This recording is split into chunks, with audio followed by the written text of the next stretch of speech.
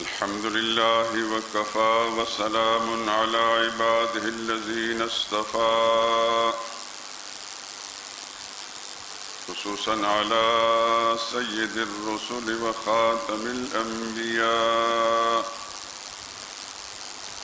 وعلى آله المجتبى وأصحابه الأتقياء. أما بعد فإن خير الحديث كتاب الله وخير الهدي هدي محمد صلى الله عليه وسلم وشر الأمور محدثاتها وكل محدثة بدعة وكل بدعة ضلالة وكل ضلالة في النار. أعوذ بالله من الشيطان الرجيم. بسم الله الرحمن الرحيم.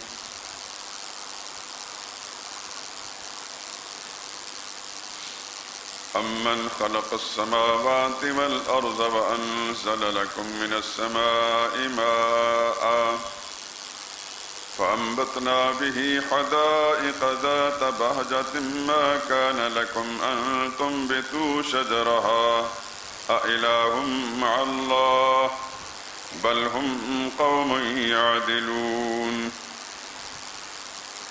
أمن جعل الأرض قرارا وجعل خلالها أنهارا وجعل لها رواسي وجعل بين البحرين حاجزا أإله مع الله بل أكثرهم لا يعلمون. أمن يجيب المضطر إذا دعاه ويكشف السوء ويجعلكم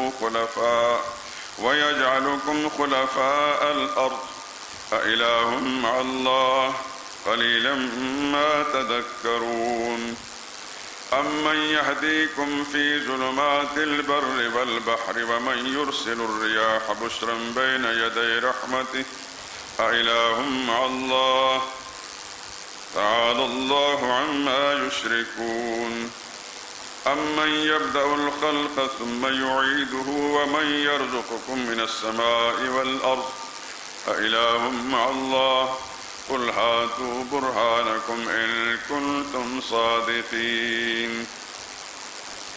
قل لا يعلم من في السماوات والأرض الغيب إلا الله وما يشعرون أيان يبعثون.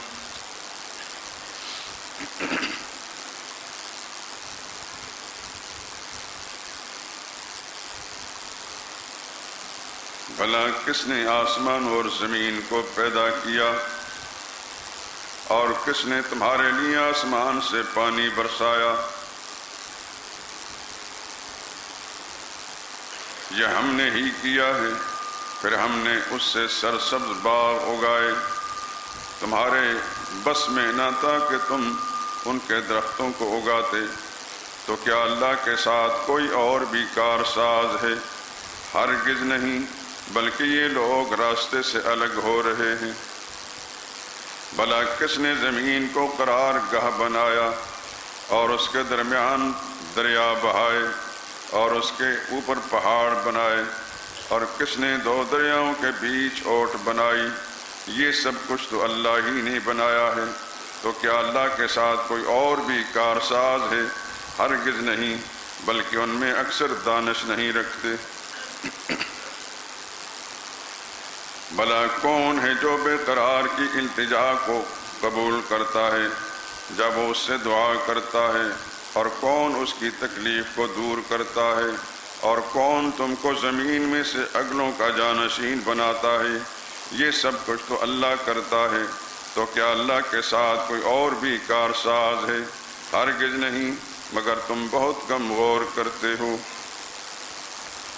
بھلا کون ہے جو تم کو صحراؤں اور دریاؤں کے اندھیروں میں راستہ بتاتا ہے، اور کون ہواؤں کو اپنی رحمت کے آگے خوشخبری بنا کر بھیجتا ہے؟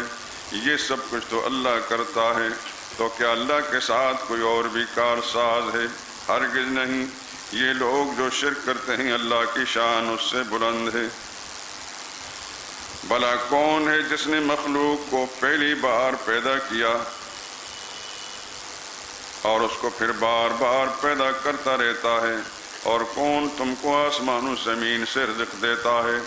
یہ سب کچھ تو اللہ کرتا ہے، تو کیا اللہ کے ساتھ کوئی اور بھی کارساز ہے؟ ہرگز نہیں۔ کہہ دو اے مشرکو اگر تم سچے ہو تو کوئی دلیل پیش کرو۔ کہہ دیجئے کہ جتنے بھی آسمانوں اور زمین میں ہیں اللہ کے سوا غیب کی باتیں نہیں جانتے، اور نہ یہ جانتے ہیں کہ کب زندہ کر کے دوبارہ اٹھائے جائیں گے۔ سبحان ربک رب العزت عما یصفون وسلام علی المرسلین والحمد للہ رب العالمین۔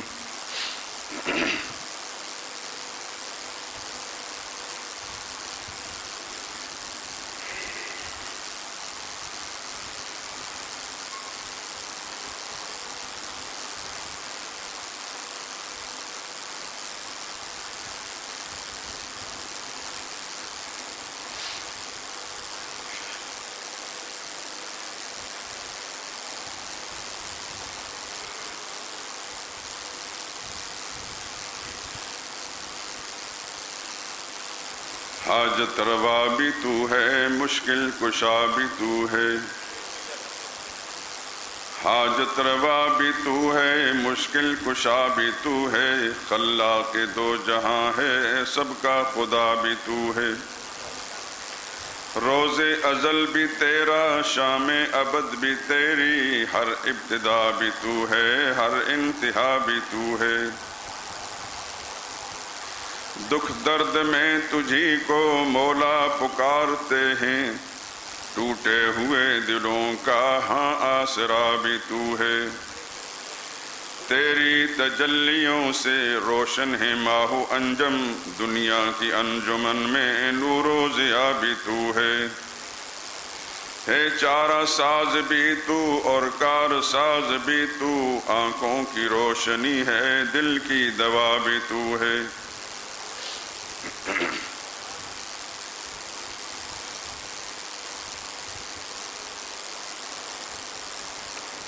بزرگان محترم، برادران عزیز، یہ آیات کریمہ جو آپ کے سامنے تلاوت کی گئی ہیں اور ان کا ترجمہ بھی پیش کیا ہے، 20ویں پارے کی ابتدائی 6 آیات ہیں،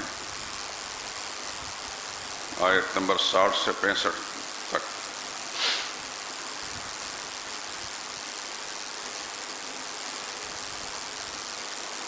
ترجمے کے دوران، بلکہ آیات کی تلاوت کے دوران، ایک لفظ ہر آیت کے اندر بار بار لایا گیا، اَإِلَٰهٌ مَّعَ اللَّهِ اَإِلَٰهٌ مَّعَ اللَّهِ اَإِلَٰهٌ مَّعَ اللَّهِ، جس کا ترجمہ کیا ہے کہ اللہ کے سوا کوئی اور بھی کارساز ہے؟ یہ خود رب العالمین پوچھتے ہیں اس بندے سے، کیا یہ سارے کام تو میں نے کیے ہیں، پھر میرے سوا تو اور بھی کوئی کارساز ہے؟ اصل میں ان آیات کریمہ کا انتخاب کرنے کا سبب یہ تھا کہ میرے دل میں یہ خیال آیا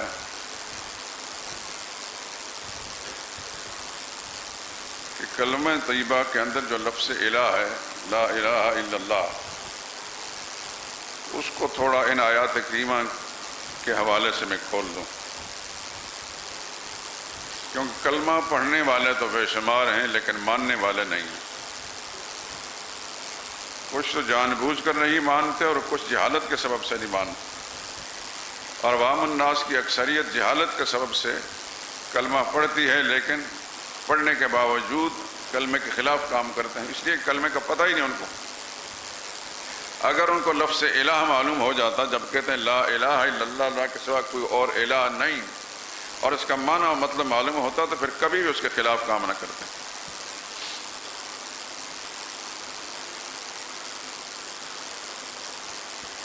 تو خود رب العالمین نے، یہ تو ایک نمونہ ہے اس مقام میں، سارے قرآن کریم کے اندر اس طرح کی آیات بکھری پڑی ہیں،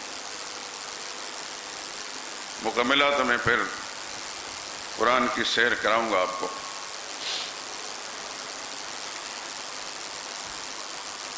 اب ان آیات کریمہ کے اندر سب سے پہلی آیت نمبر 60 میں امن خلق السماوات اور جملہ استفہامیہ امن، بھلا کون ہے جس نے آسمان بنائے، کس نے زمینیں پیدا کی، یہ بتاؤ کون ہے آسمان سے بارش برسانے والا، کون ہے بارش برسا کر زمین کے اندر رویدگی پیدا کر کے اس کے اندر باغات اگانے والا۔ ما کان لکم ان تنبتوا شجرہا، کیا تم میں سے کوئی دنیا میں ایسا انسان ہے جو یہ دعویٰ کر سکے کہ میں اپنے طور پر درخت پیدا کر سکتا ہوں، کوئی پودا پیدا کر سکتا ہوں؟ اللہ نے انکار کیا، ما کان لکم ان تنبتوا، تم بالکل اس کا ایک پودا بھی نہیں پیدا کر سکتے تھے۔ اللہ اگر زمین کو بارش برسا کر اس کی مردنی ختم کر کے زندگی کے آثار نہ پیدا کرتے، اس میں پیداوار پیدا ہونے کے آثار نہ پیدا کرتے، دنیا کا کون انسان تھا کوئی ایک پیدا بھی، کوئی ایک انگوری پیدا کر سکتا؟ تو یہ تین باتیں، آسمانوں کو بنانے والا کون، زمین کا پیدا کرنے والا کون، بارش برسانے والا کون، باغات اگانے والا کون؟ جب یہ سارے کام میں نے کیے ہیں تا الہم اللہ، پھر کوئی اور کارساز ہو سکتا ہے؟ اب لفظ الہ کا یہاں معنی یہ آیا، الہ اسے کہتے ہیں جو زمین و آسمان کا پیدا کرنے والا ہے، الہ اسے کہتے ہیں جو بارش برسانے والا ہے، الہ اسے کہتے ہیں جو باغات اگانے والا ہے۔ اب کلمے کا معنی کریں، لا الہ الا اللہ، اللہ کے سوا کوئی آسمان و زمین کا پیدا کرنے والا نہیں، اللہ کے سوا کوئی بارش برسانے والا نہیں، اللہ کے سوا کوئی باغات اگانے والا نہیں۔ جب تک قرآن کریم سے لفظ الہ کا معنی نہیں پوچھیں گے بات نہیں سمجھ میں آئے گی۔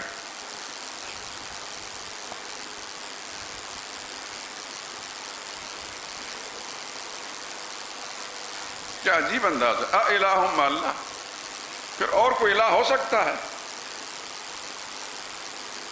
اللہ کے ہوتے ہوئے کسی اور الہ کی حاجت ہے؟ قرآن کریم کے اندر دوسرے مقام وَهُوَ الَّذِي فِي السَّمَاءِ إِلَٰهٌ وَفِي الْأَرْضِ إِلَٰهٌ، وہ اللہ ہی آسمانوں میں بھی الہ ہے، زمین میں بھی الہ ہے۔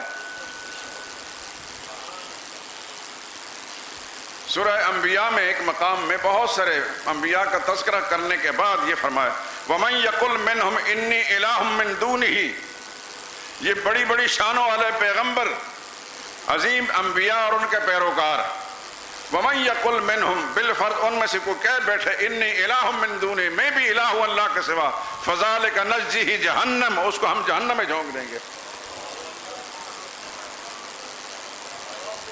اللہ کو گوارا نہیں کسی صورت کے اندر، اس کی غیرت گوارا نہیں کرتی کہ اس کے سوا کوئی اور الوہیت کا دعویٰ کرے، اور جس نے کیا وہ آج مصر میں اس کی لاش پڑی ہوئی ہے، جس کو اللہ نے فرمایا تھا فَالْيَوْمَ نُنَجِّيكَ بِبَدَنِكَ، آج تیری لاش کو ہم سنبھال کر رکھیں گے، لِتَكُونَ لِمَنْ خَلْفَكَ آیا، تاکہ آنے والی نسلوں کے لیے تو عبرت کا سامان بن جائے کہ میری زمین پر چلنے پھرنے والا، میری نعمتیں استعمال کرنے والا کہیں میں الہ ہوں، پھر میں اس کو اس انجام سے دوچار کرتا ہوں جو ساری دنیا کے لیے عبرت بن جاتا ہے۔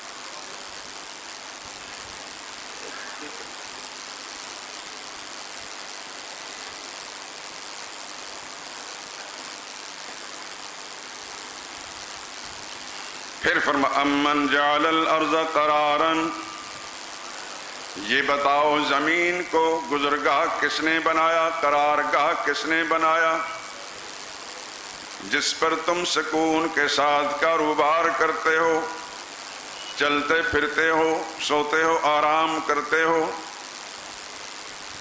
وجعل خلالها انہارا، زمین کے دامن میں دریا کس نے بہائے،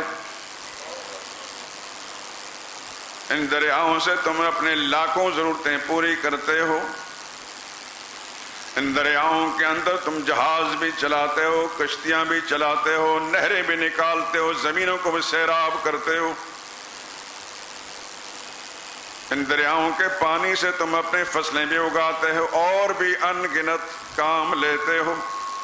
وجعل لها رواسیا، زمین کے دامن میں کس نے بڑے بڑے پہاڑ رکھ کر زمین کو سکون بخش دیا. وَجَعَلَ بَيْنَ الْبَحْرَيْنِ حَاجِزًا، دو دریاؤں کے درمیان آڑ اور روک کس نے رکھی ہے؟ آپ نے سوشل میڈیا کے ذریعے سے دیکھ لیا ہوگا ایسے دو دریا، ایک کا پانی سیاہ ہے ایک کا سفید ہے، دونوں ساتھ ساتھ چل رہے ہیں، اس کا پانی اس میں شامل نہیں ہو رہا، اس کا پانی اس میں شامل نہیں ہو رہا. یہ کون رکاوٹیں ڈال رہا ہے؟ اسی کو اللہ فرماتے ہیں وَجَعَلَ بَيْنَ الْبَحْرَيْنِ حَاجِزًا، دو دریاؤں کے درمیان آڑ کس نے رکھی؟ أَإِلَٰهٌ مَّعَ اللَّهِ، اب بتاؤ اللہ کے سوا کوئی اور کارساز ہو سکتا ہے؟ اب یہاں الہ کا معنی کیا ہے؟ الہ وہ ہے جو زمین کو قرارگاہ بناتا ہے. لا الہ الا اللہ، اللہ کے سوا زمین کو قرارگاہ بنانے والا کوئی نہیں. اللہ کے سوا دریاؤں زمین کے اوپر دریاؤں کو چلانے والا کوئی نہیں. اللہ کے سوا پہاڑوں کو رکھنے والا کوئی نہیں. الہ کا معنی ہے بل اکثرہم لا یعلمون، یہ سب کچھ دیکھتے ہوئے بہت سارے لوگ نہیں سمجھتے. امن یجیب المضطر، تیسری برقع، بھلا کون ہے جو بے بس کی بے کس کی فریاد کو سنتا ہے اور اس کو پوری کرتا ہے. مجبور کی اور بے بس کی فریاد کو سننے والا اور اس کی مجبوری کو دور کرنے والا کون؟ وَيَكْشِفُ السُّوءَ، اور اس کی تکلیف کو ہٹانے والا کون؟ اللہ اکبر. وَيَجْعَلُكُمْ خُلَفَاءَ الْأَرْضِ، عقلوں کو ہٹا کر موت دے کر ان کی جگہ تمہیں بٹھانے والا کون؟ ان کی جائیدادوں کا مالک اور وارث بنانے والا کون؟ یہ سب کچھ اللہ کرتا ہے. اِلَٰهٌ مَّعَ اللَّهِ، بتاؤ اللہ کے سوا پھر کوئی اور بھی کارساز ہو سکتا ہے؟ یہ اتنے جو الفاظ ہیں ان میں جو ترجمے آئے ہیں یہ سب الہ کا معنی ہے.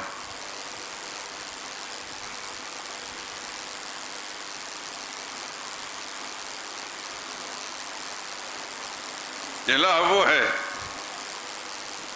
جو بے بس کی اور بے کس کی فریاد کو سننے والا. لا الہ الا کا معنی اللہ کے سوا کوئی کسی بے بس کی فریاد کو سننے والا کوئی نہیں، اس کی مجبوری دور کرنے والا کوئی نہیں. اللہ کے سوا عقلوں کو ہٹا کر پیچھے ان کی جائیدادوں اور املاک کا وارث کسی کو بنانے والا کوئی اور نہیں.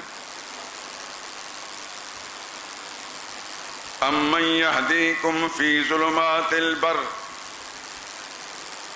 بھلا رات کے اندھیروں میں تم سمندروں میں سفر کر رہے ہو یا صحراؤں کے اندر، تمہیں راستہ بتانے والا کون؟ سمندر تو ناپیدا کنار ہوتا ہے، اس میں پھر منزل کا تعین کون کرا رہا ہوتا ہے؟ وہ ستاروں کے ذریعے سے بتا رہا ہے کہ تم نے کس طرف جانا ہے. وَمَن يُرْسِلُ الرِّيَاحَ بُشْرًا بَيْنَ يَدَيْ رَحْمَتِهِ، اور کون ہے اپنی رحمت سے پہلے خوشخبری لانے والی ہواؤں کو چلانے والا کون؟ جب ہوا چلتی ہے نا ٹھنڈی ٹھنڈی تو پتہ چلتا ہے کہ اب اللہ بارش برسانے والے ہیں. اللہ نے بارش کو رحمت فرمایا اور ہواؤں کو بشرن کہا، یہ خوشخبری دینے والی، پہلے خوشخبری سناتی ہیں کہ اللہ کی رحمت آنے والی ہے. اِلَٰهٌ مَّعَ اللَّهِ، بتاؤ اللہ کے سوا کوئی اور بھی کارساز ہے؟ وہ بارش نہ برسائے تو کوئی ایک قطرہ بھی تو لائے، لا کر دکھائے. اللہ اکبر. یہ سارا نظام اس کے کنٹرول میں ہے. کبھی وہ برساتا ہے، اتنا کھل کر برساتا ہے کہ نافرمان قوم پر پھر وہ عذاب بن کر آتا ہے.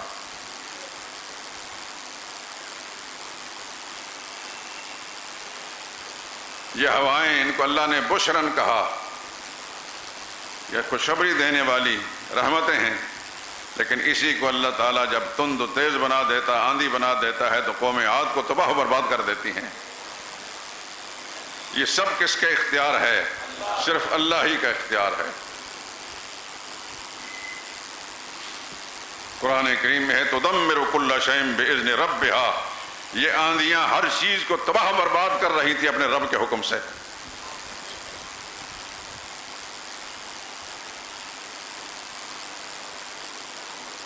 سخرها علیہم 7 لیال و8 ایام،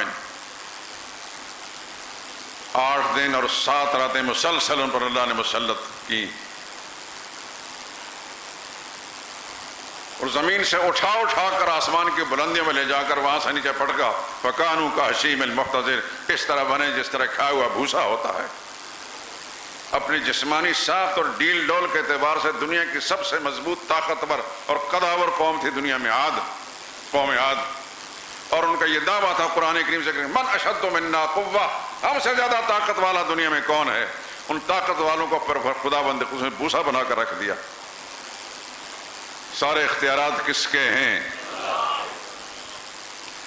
جس طرح یہاں کہہ رہے ہیں، ہر وقت دل و دماغ میں یہ تصور موجود رہنا چاہیے، پکا ایمان والا وہ ہے، پکا مومن وہ ہے جس کے دل اور دماغ میں ہر وقت اللہ کی عظمت کا نقشہ موجود ہوتا ہے۔ اللہ سے دعا بھی مانگا کریں، دعا بھی مانگیں، یا اللہ ہم تو کمزور ہیں، ہم ناسمجھ ہیں، اللہ تو اپنی عظمت کا پورا نقشہ ہر وقت ہمارے دل و دماغ میں ایسا بٹھا دے کہ کوئی لمحہ ایسا نہ گزرے کہ تیری عظمت سے ہمارا دماغ خالی ہو۔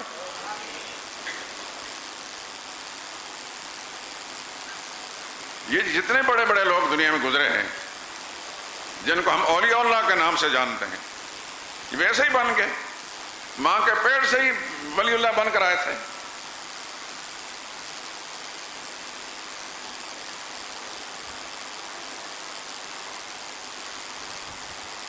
کوئی ان کا کردار نہیں تھا۔ یہ جن کو ہم صحابہ اکرام کہتے ہیں، انبیاء کے بعد سب سے بڑی شان والے،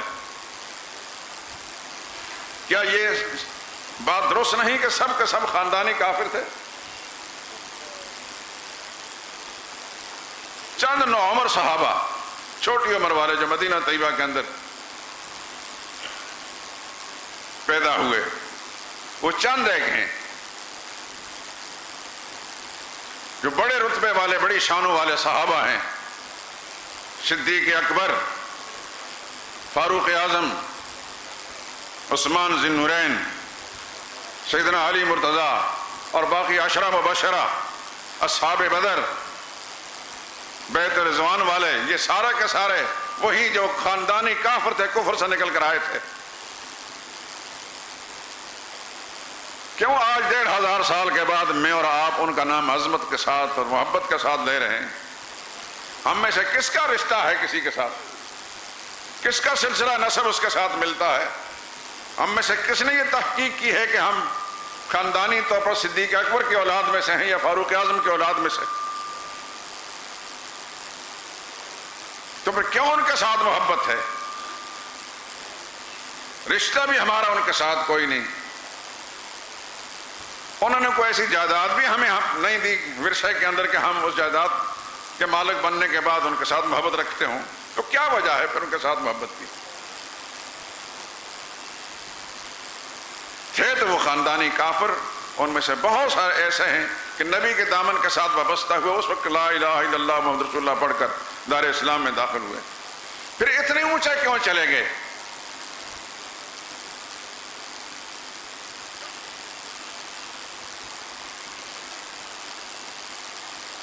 کسی کردار کے سبب سے گئے۔ جب انہوں نے لا الہ الا اللہ پڑھا تو اس کو اسی طرح جیسا لا الہ الا اللہ کے الفاظ ہیں ویسے ہی حقیقت اس کی ان کے دل و دماغ میں اتر گئی۔ پھر اللہ کے سوا کسی اور کو الہ نہیں سمجھتے تھے وہ، اللہ کے سوا کسی اور کو کارساز نہیں سمجھا، نہ حاجت روا سمجھا، نہ مشکل کشا سمجھا۔ جو قرآن کریم نے الہ کا معنی بتایا وہی انہوں نے دل و جان سے تسلیم کر دیا۔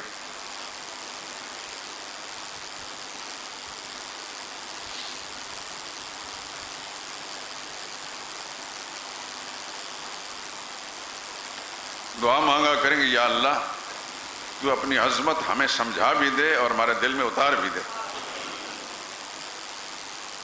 نام کے مسلمان بننے کے بجائے حقیقی مسلمان بن جائیں۔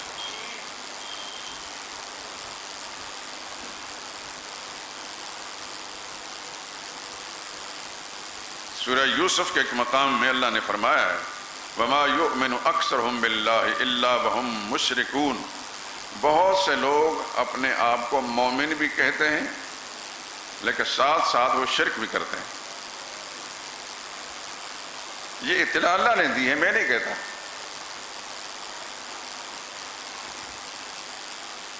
اور یہ وہی لوگ ہیں جو زبان سے کلمہ پڑھتے ہیں اور عمل میں شرک ہے۔ اور میں دو قسم کے لوگ ہیں، کچھ تو وہ ہیں جو جان بوجھ کر ایسا کرتے ہیں، اور کچھ وہ ہیں جو اپنے جہالت کے سبب سے کرتے ہیں۔ عوام الناس کی اکثریت اپنے جہالت کے سبب سے کلمہ پڑھ رہے ہیں اور کلمے سے محبت بھی ہے، اللہ سے محبت کے دعوے دار بھی ہیں، نبی کے ذات بھی ان کے ساتھ عقیدت بھی ہے اور ان کے نام کو چومتے بھی ہیں، لیکن غیر ارادی اور غیر شعوری طور پر اپنی جہالت کے سبب سے شرک میں مبتلا ہے۔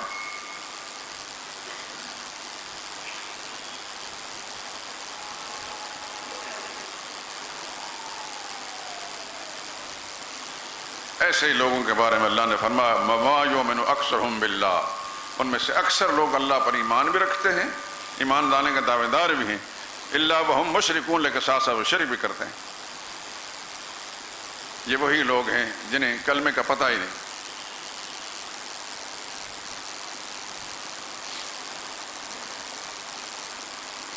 شہری زندگی کے اندر عرف عام میں پڑھے لکھے لوگ، تعلیم یافتہ لوگ بھی ایسے ہیں، آپ اس سے قیاس کر لیں کہ جو دیہاتوں میں پیدا ہوئے اور وہیں زندگی گزری، جنہوں نے کسی تعلیمی ادارے کی شکل نہیں دیکھی، تعلیم نام کی کوئی چیز ان کو حاصل نہیں ہو، ان کا کیا حال ہوگا؟ کہلاتا ہے تو وہ بھی مسلمان ہیں۔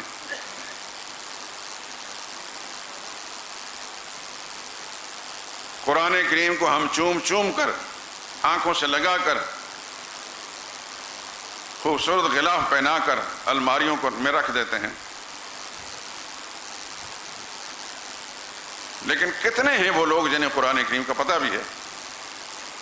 کتنے ہیں وہ لوگ جو قرآن کریم کی تلاوت کے دوران قرآن کی آیتوں کو سمجھ کر تلاوت کرتے ہیں؟ معیار مطلوب کا مسلمان، جو اللہ کو جیسا مسلمان درکار ہے، جس کو نبی کریم صلی اللہ علیہ وسلم مومن قرار دے رہے ہیں، وہ کتنے ہیں؟ میرے دوستوں، سوائے مایوسی کے اور کچھ بھی نہیں۔ دوسرا ظلم یہ ہوا ہے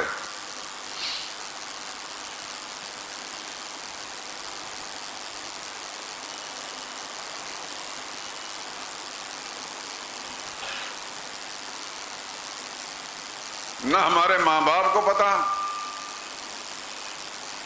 کہ جس اسلام کا ہم نام لیوا ہیں کہ ہم مسلمان ہیں، وہ اسلام کیا ہے اور مسلمان کون ہوتا ہے۔ دوسرا ظلم اس ملک کے ارباب اقتدار نے ہمیشہ اس قوم پر کیا ہے۔ اس قوم سے ووٹ تو لیے اور ان کے ووٹوں پر اقتدار کی کرسی پر پہنچے، مراد و مفادات سمیٹے، لیکن اس قوم کے دین و ایمان کے تحفظ کے لیے ایک رائی کے دانے کے برابر بھی کوشش نہیں کی گئی۔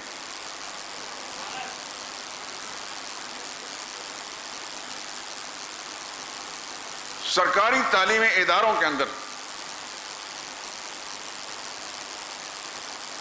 آپ حضرات جو پڑھے لکھے ہیں، آخر ان اسکولوں سے گزر کر آئے، کالجوں یونیورسٹیوں سے ہو کر آئے، اپنے دماغ پر ذرا بوجھ ڈالیے، زور ڈالیے، جتنا اہتمام میتھ پڑھانے کے لیے، سائنس پڑھانے کے لیے، انگلش پڑھانے کے لیے اور دوسرے فنون پڑھانے کے لیے کیا گیا، اسلامیات کے لیے اور اسلامی عقائد کو سمجھانے کے لیے بھی اس کا 10ویں حصے پر بھی کوشش کی گئی۔ کیا یہ حقیقت نہیں ہے کہ ان تعلیمی اداروں کے اندر پریکٹیکل ان تمام مضامین کے ہوتے ہیں امتحان سوائے اسلامیات کے؟ یہ حقیقت ہے کہ نہیں؟ میں اس لیے کہہ رہا ہوں کہ مجھے بھی کچھ ان سے آشنائی ہے۔ وہ ایک رسمی سی چیز ہے۔